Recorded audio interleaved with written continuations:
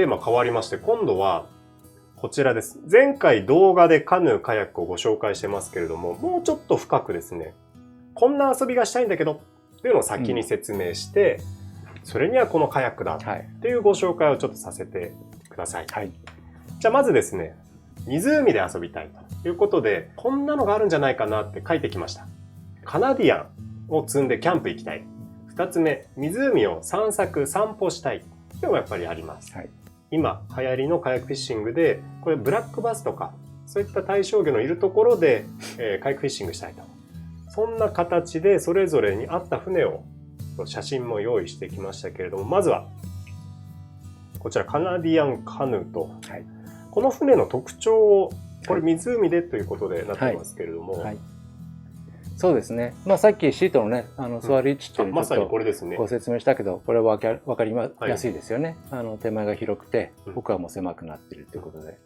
で一人で乗るときは今手前に映ってる部分に足が前寄りで入れていただいて、はい、進行方向は向こう、で2人で乗るときは全く逆の、はい、足が入れやすくなっている方に、入れて、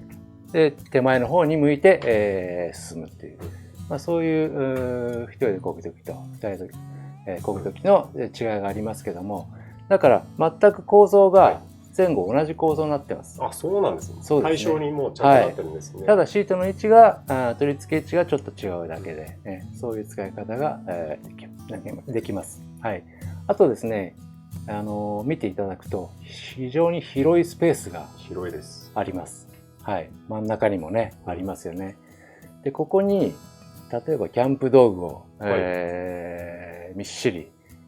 積み込んで、やりたいイメージです。はい。それで、例えばスタート地点から、キャンプ道具を積み込んで、漕いでいきます。で例えば島とか、あとは奥地の、ちょっと開けたところとか、そこでキャンプをして帰ってくるっていうような、そういう遊び方が、できる場所が何箇所かあります。はい。いいですね。新潟の場合はね、割とダム湖なんか使って、遊んだことが、よく遊んでましたけども、はい、場所によっては大きな湖だと、例えば島がある場所とか、はい、そこへ渡ってキャンプして帰ってくるとかね、そんなことができる場所も何箇所かありますので、まあ、この辺はいろいろと、はい、検索していただいて、はい、場所に合った、ところで、適した遊びをしていただくっていう形が、できると思います。はい、他の船と比べてやっぱりこの幅が広かったりとか、一番大きい船ってイメージが、長さはねそこまでもなくてもあるんですが、これで時速何キロぐらい？そうですね、まあ、湖みたいな全く流れのない場所で、一生懸命漕いでもせいぜい3キロから5キロ出ればいいのかなって感じですね。思ったより速いです。歩くぐらいのスピードが。でこれはもう技術が。漕ぎ手のエンジンにもよりますけどね。はい。前の方がエンジンを。いや、やっぱり両方が。2人とも頑張んなきゃいけない。まあ、前が推進力エンジンで、後ろの人が舵取りプラスエンジンですね。両方エンジンですね。そんな形で。後ろは前の人に見えないから、ラダだけやってればいいやと思ってたんですけど。よくね、休んでる方は見受けるんですけども。写真係と場所によってはね、違うと。後ろの人は舵取りで非常に必要な、重要な場所なんで、ちゃんと方向、後ろの人がラダー取りながら漕いでいただくっていうことが必要になってきます。これ初めてので始めた場合になかなか回転したりうまくいかないことって多いと思っていて、いつか後ろの側を操作の側に行きたいななんて思うのが、私始めた頃はよく今でも思ってますけれども、これ上達する喜びがすぐ味わえるなというふうに思います。そうですね。はい。まあこれは特殊なねシングルパドルっていう片方にしかブレードがついてないパドルで漕がなきゃいけないんで、他のカヤックとはちょっと漕ぎ方が変わってきます。はい。この辺もまたね使い方によってはいろんな操作ができますので、ご相談ください。はい。これは本当にうちの動画でも上がってますんで、慣れるとそんな動きできるんかというなんか異次元の動きしますね。浮いてるだけなんでパドル一つで非常に小回りもきますし、衝撃的でしたよ。場合によってはもう技量にもよりますけど、ちゃんとした浮き袋的なものを詰め込んで流れのある川でね、これで川下りをするっていう遊び方も、できます。はい、オリンピックなんかでもありましたね。はい、一応ね、広い意味で講義でのカナディアン、今のところはカットします。はい、続いて、湖での遊びなんですけど、シットオンカヤックも湖で使うことはあるですね。はい、カヤックと同じ動きをしますので、構造的には船の上に乗っかって、はい、体がむき出しの状態なんで、気候のいい時だったら短パン T シャツで漕げるんですけども、はい、やっぱり寒い時期はね、やっぱり濡れるのがちょっと前提になってきますので、パドリングパンツ、パドリングジャケット、防水のこれも完全にね、はい、水が入らないようなドライスーツっていうのもありますし、そういったのを使っていただければ割と寒い時期も遊べますけども、どちらかというとそうですね、湖でも海でも、全部兼用して遊ぶことができるモデルですね。シットを兼用しても遊べるけれども、はい、寒い時期、水に濡れる前提なんで、はい、着るものを選んでいただく選びますと。そうですね。でフィッシングカヤックはシットオンが多いですね。はい、はい。これはやっぱり釣りをしながらっていうことなんで、やっぱりいろんな動きがあって、釣り上げたり魚をね、はい、釣れた場合は船の上に引っ張り上げなきゃいけないですし、そういった動作もやっぱりしやすいっていうこともありますし、やっぱりそうこうしてるうちにやっぱり水が入り、はい、魚をあげたりとかする分には水が入ったりとか、そういうケースもやっぱり非常に多くなってきますので、水が入ることを前提にやっぱりシットオンで、はい、でセルフベーラーっていう機能がついてますので、はい、水が入っても一定量以上はたまらない構造になってますので、それで、釣りの場合はシットオンが多いんじゃないかと思います。はい、水抜き穴が常に開いていて、はい、入ってきたのがどんどん出ていくそうですね。はい。ことですね。湖での遊びでもう一個、レクリエーショナルカヤックということで、これはコックピットで入り込むような形のですね、スカートが付けられるような。一般的カヤックっていうとね、こういう形になってくるんですけども、大きな違いはですね、直進性がいいように、どなたが乗っても、初心者の方が乗っていただいても、まっすぐに進みやすい構造、はい、それはボトムの方にキールっていうまっすぐな一本のラインが入ってるんですが、はい、これが直線の、ラインで、例えば左右に曲がりづらい構造になってますので、はい、どなたが乗っても目的地まで、無駄なくたどり着けやすい構造になってますんで、こちらが一番漕ぎやすいですか？はい、そうですね。こちらが一番入門用としては入りやすいモデルだと思いますね。はい、レクリエーショナルカヤックのキールがしっかり入ったもので、はいはい、ツーリングなんかですね、はい、これでまたスピードで申し訳ないんですけれども、はい、やっぱりちょっと速そうに見えるんですけど。ちょっとそうですね。ちゃんと直進車がいい船なんで、はい、これは5キロから頑張れば7、8キロいけるかなって感じですかね。はい、これは一般人の、はい、始めた方が大丈夫ですか？はい。大竹さんだからとかじゃないですか。競争じゃないですからね。競争じゃない。けど置いてかれるのだけ不安なんで、はい、みんなが先行って焦るのだけちょっとね、はい、あれだなと思って。乗ればそれだけね、スピードが出るかというと、はい、やっぱり自分が漕がなきゃ進まない遊びなんで、ある程度やっぱり腕力つける必要もありますし、はい、コツもね、はい、あるという。こちらもう一つ、インフレータブルのカヤックもちょっとご紹介させてください。はい、これはまさに空気が入るタイプということですけど、構造的には隣の、モデルと同じ形をしてます。ただ内部が空気で膨らんでいる状態なんで、ただこういうカヤック用の空気入れって非常に強力なものが多いし、はい、カンカンに空気が入ります。はい、だから船体の形状が普通のカヤックの直進性のいい形状を出すことができてますので、同じぐらいのスピードは可能だと思いますよ。はい、じゃあもう海でのビニールのボート、レジャーで使うようなもののイメージではないってことですね。そうですね。より機敏なカヤックで、と同じ動きを機敏にしてくれますね。これ本当にもうカチカチになりますね。そうですね。はい。でインフレータブルのカヤックもこれなら軽自動車にも詰め込めるし、はい、畳んでしまえばバッグに入っちゃう大きさになりますんで、ただ一番の欠点はやっぱりビニールシート1枚なんで、先端が尖ったものに当たると穴が開いてしまうともう一気にただのね、ビニール袋になっちゃいますので、焦げる場所、やっぱり湖とかね、そういった尖った岩がないような場所を選んでいただければ、非常に楽しんでいただけると思います。はい。さあ今湖をご紹介しましたけれども、今度は川ということで、川で遊ぶ時のイメージちょっと3つ用意してまいりました。はい、ツーリングをしたい。背で遊べるダウンリバー。またスポットプレー。ちょっと聞き慣れない言葉なんですけれども、それぞれちょっとこの段階でどんな内容なのか。はい。ツーリング、要するに旅ですよね。川も、流れているものですから、スタートした場所とゴール地点が変わってきます。でツーリングは、ただ単に旅なんで、例えば川の上流部から下流部に、のんびりとツーリングをしたい。景色を眺めながら、途中河原でご飯を食べながら、のんびりとツーリングをしたいっていう遊び方ですね。で例えば次に、背で遊べるダウンリバー。ダウンリバーとツーリングってね、似たような感じでイメージされると思うんですけども、ツーリングにプラス遊びも加えたい。欲張りですね。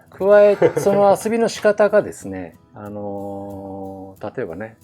バドミントンやりますとか、そういうあれは陸上で遊ぶような遊びじゃなくて、そのカヌーを使った遊び。例えば下のスポットプレーにもつながるんですけども、川の途中に上流部だと、いろんな岩があったりとか、で、瀬と言われる部分があるんですよね。ちょっとした落ち込みがあったりとか。地形でそうですね。はい。とかですね。そこの、瀬を使ってですね、遊びをしながら川下りをするっていうのを、一般的にダウンリバー。はい。例えば、瀬でどうやって遊ぶのかっていうと、これある程度技術持った方が、対象になりますけども、ウェブができているようなところは、サーフィンという遊びができるんですよね。サーフィン。はい。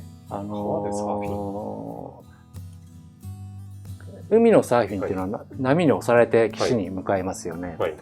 そういう同じ水の流れの構造が瀬というところでできている、流れているんですけども、そこに下流部から上流部に向かって船を入れるんですよ。もう逆向きでいくわけですね。そうですね。そうすると船の流れ、水の流れと船のボトムですね。これをこういうふうにうまく流れが一定すると、カパッと止まって遊ぶことができるんです。そこで上流に向かってスイスイと。これはもう中上級者の話ですね。これが川で遊ぶスポットプレーにもつながりますけども、一番初歩的な、これが初歩なんですか。遊び方。で今度はスポットプレーにもつながりますけども、例えば船の先端をその背の中に差し込んで、そうすると水の抵抗で船立ち上がりますよね。とんでもないことですよ。立ち上がります。でそこで立ち上がらせて一回転させる。何言ってるのか分かんないです。それが縦回りとかいろいろと横回りとか、そういった技術によっては遊び方があるんですけども。これ詳しくは YouTube をご覧くださいね。そうですね。検索してみてくださいね。今度いろんなちゃんと競技にもなってますので、そういった技術を身につけるとダウンリバーしながら遊びながら下れるっていう。いやもうツーリングっていうよりもやっぱもうアクティブなやっぱり方が多いですね。ただもう船もプレイボートで下らなきゃいけない、その遊びはできない。画像があると思うんですけど、一番長いんですけど、右側、割とね初期のモデルなんで長さが結構あるんですけども、今のはこんぐらいですかね。もっとこんぐらいかな。かなり短いですよね。短いですね。これがツーリングもできて、比較的まだスピードもそんなに殺さずに下れる形状。これだと先端と後ろの方を見ていただくとちょっと薄くなってますよね。薄くなってます。これが今言ったクワスっていう構造につながってくるんですけども、ここに水乗ってこう圧力を加えて船の動きを操作させるっていうようなそういう遊び方ですね。で最近のモデルはもうちょっと短くなってます。いやー、この間拝見しましたけど、まあくるくる回ったり、皆さんそうですね、何が起こってるのか分かんないぐらいね、あんな動きできるんだっていう感動がありました。はい、最初は多分、さっきのツーリングはここだと思うんですけれども、でまずいろんな技術を習得していくとだんだん短くなっていく。そうですね。やっぱり自分の技術の習得に応じてやっぱりどんどん向上心が出てきますんで、もうちょっと楽しい遊び方をしてみたいっていうふうに、エキサイティングな、なってきますので、そういうやっぱり2路線やっぱあるんですよ。いやのんびり行くのか、エクストリームなそうですね、アドレナリンを出しに行くのかと、このまず分岐点に立つ前にまずもうそうですね。皆さんやっぱりそっちからスタートしてるっていう方が多いですね。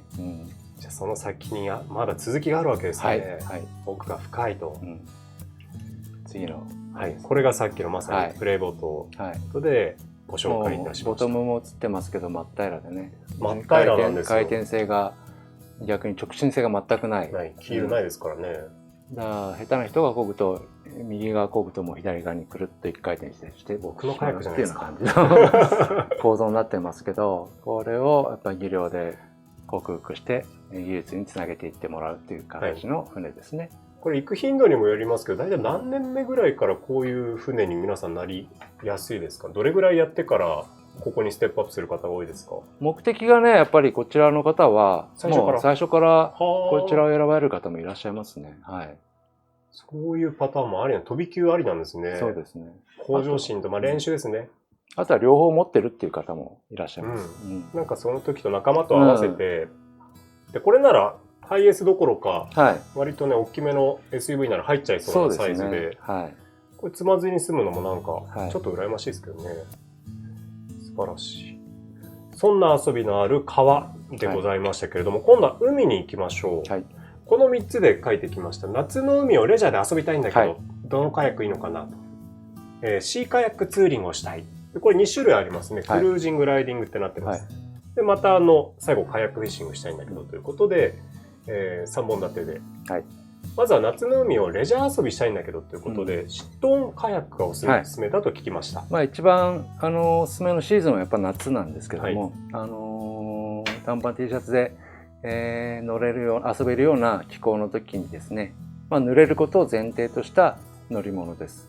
でコックピットが、穴が開いてなくて船に、平らな状態にシートの形状で、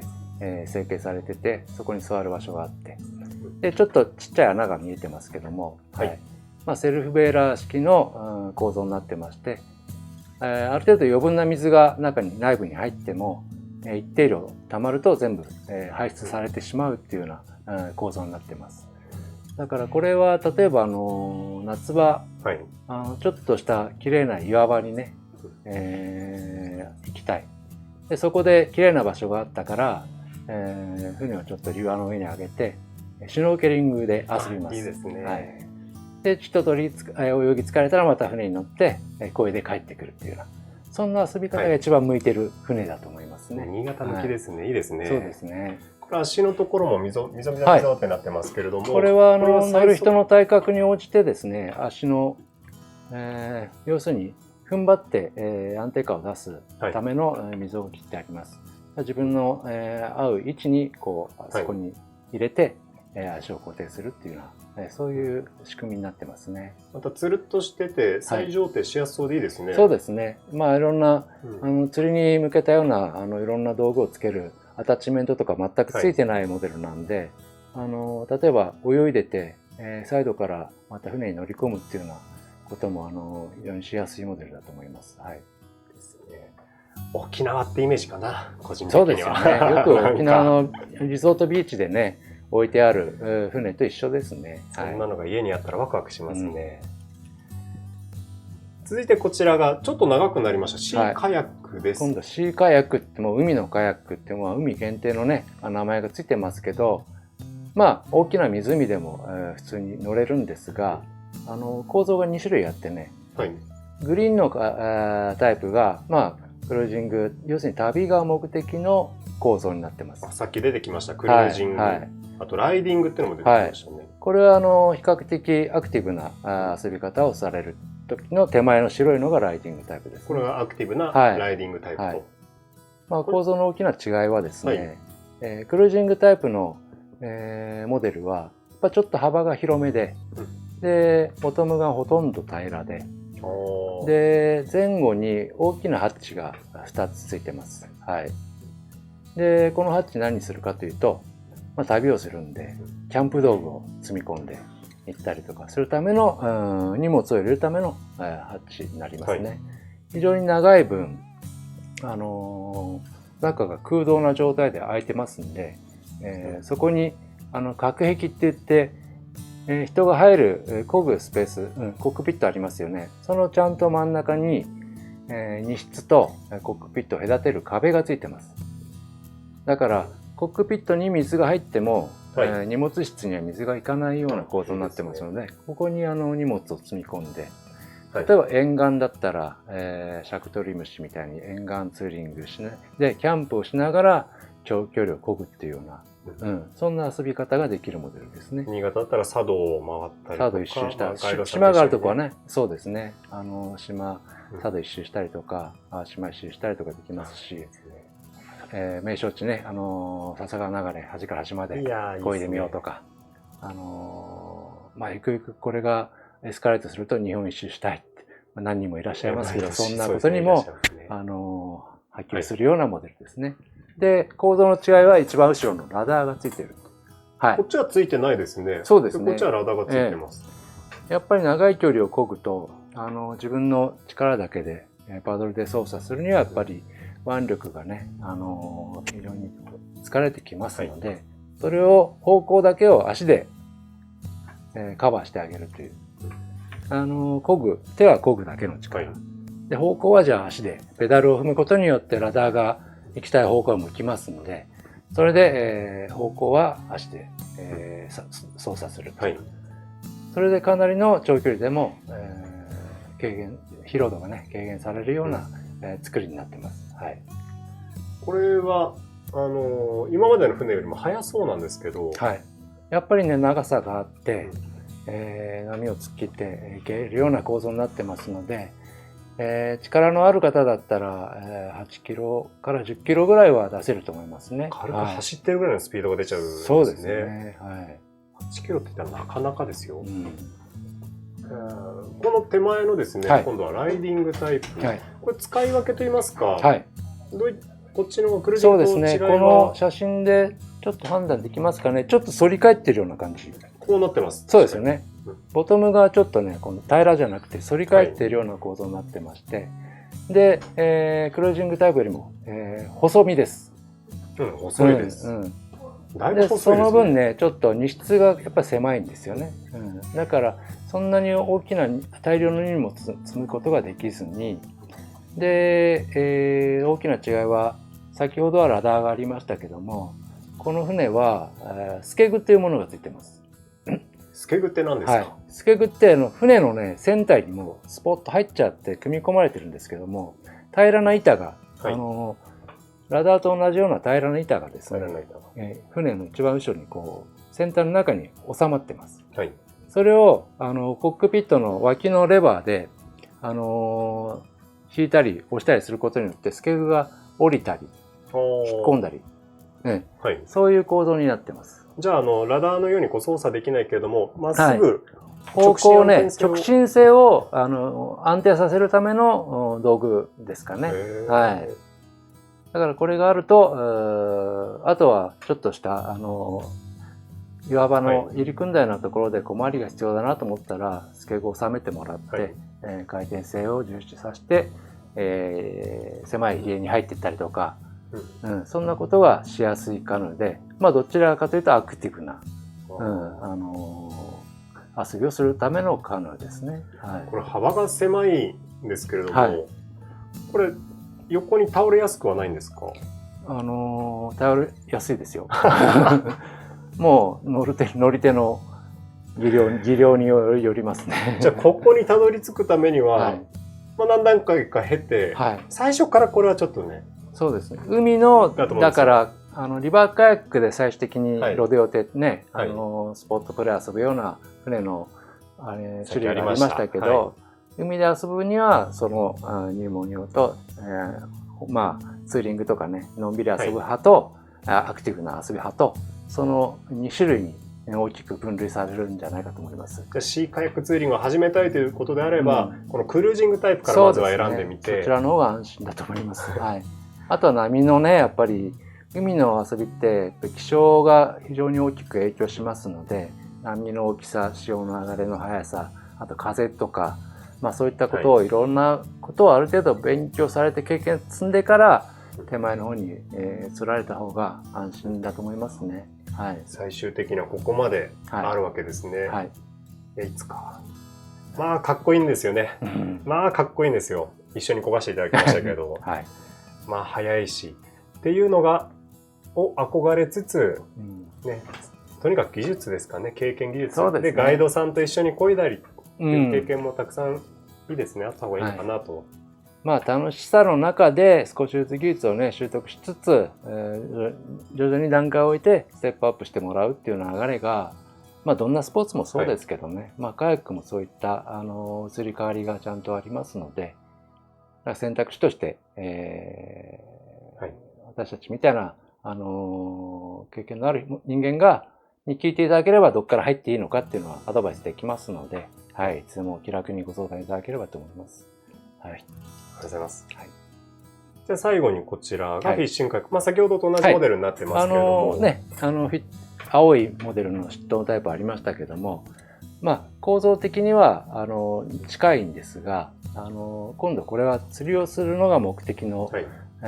カヤックになりますので、しかも短めの船が今出てますけれども、はい、それの専用の装備がついてます。でラダーロッドホルダー、